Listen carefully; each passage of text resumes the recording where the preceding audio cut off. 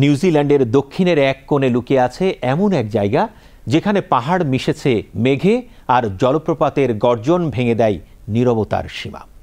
প্রকৃতির হাতে গড়া সেই স্বর্গীয় শিল্পকর্মের নাম মিলফোর্ড সাউন্ড, যেখানকার প্রতিটি ঢেউ, কুয়াশা আর প্রতিটি আলোকচ্ছটা যেন প্রকৃতির নিজস্ব কবিতা। কিন্তু সত্যি কি কোনো ছবি বা শব্দ দিয়ে মিলফোর্ড সাউন্ডের সৌন্দর্য বোঝানো যায়? চলুন দেখে নেওয়া যাক।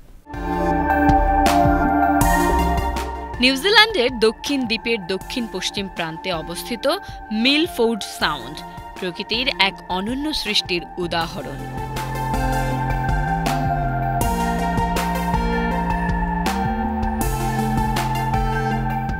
উঁচু পাহাড়, গর্জনরত জলপ্রপাত, গভীর নীল জলরাশি আর কুয়াশায় মোড়া উপত্যকার দৃশ্য যেন কোনো শিল্পীর তুলিতে আঁকা এক অলৌকিক ছবি। মিলফোর্ড সাউন্ড মূলত একটি ফিওর্ড বা হিমবাহ উপত্যকা, যা প্রায় 10,000 বছর আগে বরফ যুগের গ্লেশিয়ার গলে তৈরি হয়।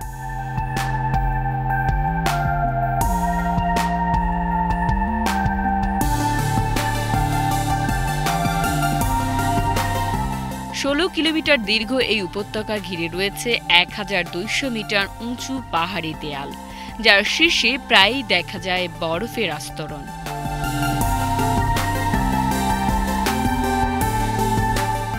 এই অঞ্চলের আবহাওয়া প্রায়ই রহস্যময় কুয়াশা ও বৃষ্টিতে ভরা থাকে।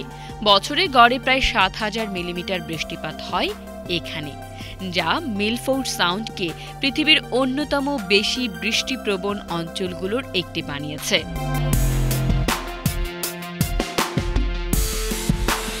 এর ফলে চারপাশে গজিয়ে ওঠা ঘন সবুজ বন, যা স্থানীয় উদ্ভিদ ও প্রাণীর এক জীবন্ত আশ্রয়স্থল।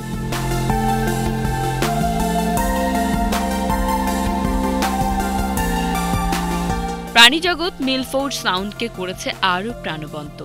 এখানকার জলে দেখা মেলে ডলফিন, ফারসিল এবং মাঝে মাঝে হ্যাম্পব্যাক তিমি বা অর্কা তিমির। পাহাড়ি পাথরের গায়ে প্রায়ই দেখা যায় বিরল প্রজাতির পাখি, যেমন ফিওর্ড ল্যান্ড ক্রেস্টেড পেঙ্গুইন, যা শুধু এই অঞ্চলেরই বাসিন্দা।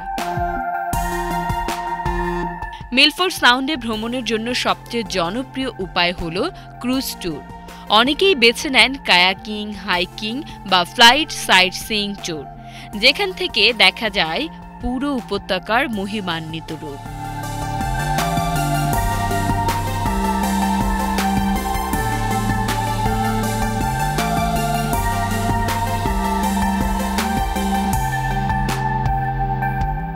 ইউনেস্কো ঘোষিত world heritage site Fiordland national পার্কের অংশ এই মিলফোর্ড সাউন্ড, যা নিউজিল্যান্ডের প্রাকৃতিক ঐতিহ্যের এক প্রতীক হয়ে উঠেছে।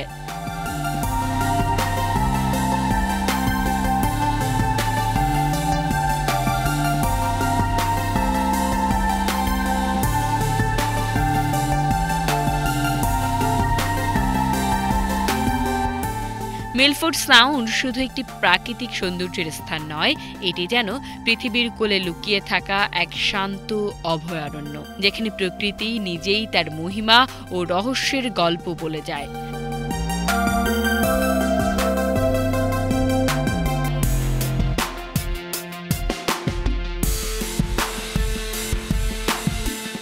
প্রতিদিনই এখানে সূর্য ওঠে নতুন রূপে, আর মিলফোর্ড সাউন্ড তার নীরব অথচ গভীর সৌন্দর্যে মনে করিয়ে দেয় এই বিশ্বে এখনো এমন কিছু জায়গা আছে যেখানে মানুষ নয়, প্রকৃতি সর্বশ্রেষ্ঠ শিল্পী।